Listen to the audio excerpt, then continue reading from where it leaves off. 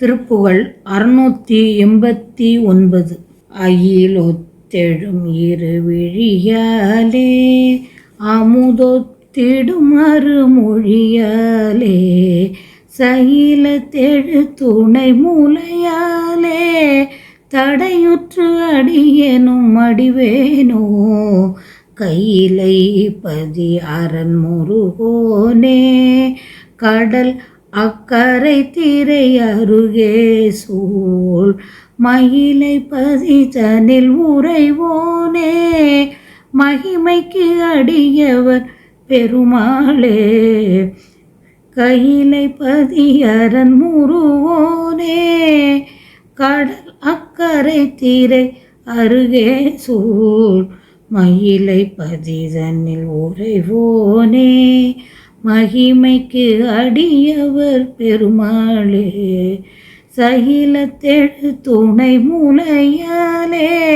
தடையுற்று அடியேனும் மடிவேனோ மகிமை கடியவர் பெருமாளே மயிலை பதிதனில் உறைவோனே.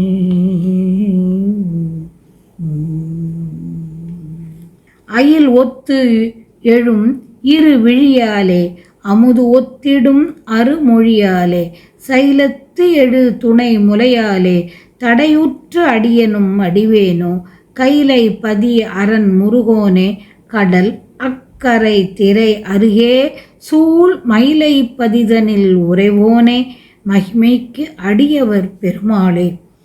திரு கைலாய மலையில் வீற்றிருக்கின்ற சிவபெருமானுடைய திருக்குழந்தையே கடற்கரையில் அலைகள் அருகில் சூழுகின்ற திருமயிலாப்பூரில் வாழ்பவரே பெருமையுடைய அடியவர் போற்றும் பெருமிதமுடையவரே வேல் போன்ற மாதர்களின் இரு கண்களாலும் அமுதம் போன்ற அரிய சொற்களாலும் மலை போன்ற இரு தனங்களாலும் அடியேன் முத்தி நெறி செல்லாது தடைப்பட்டு மடியலாமோ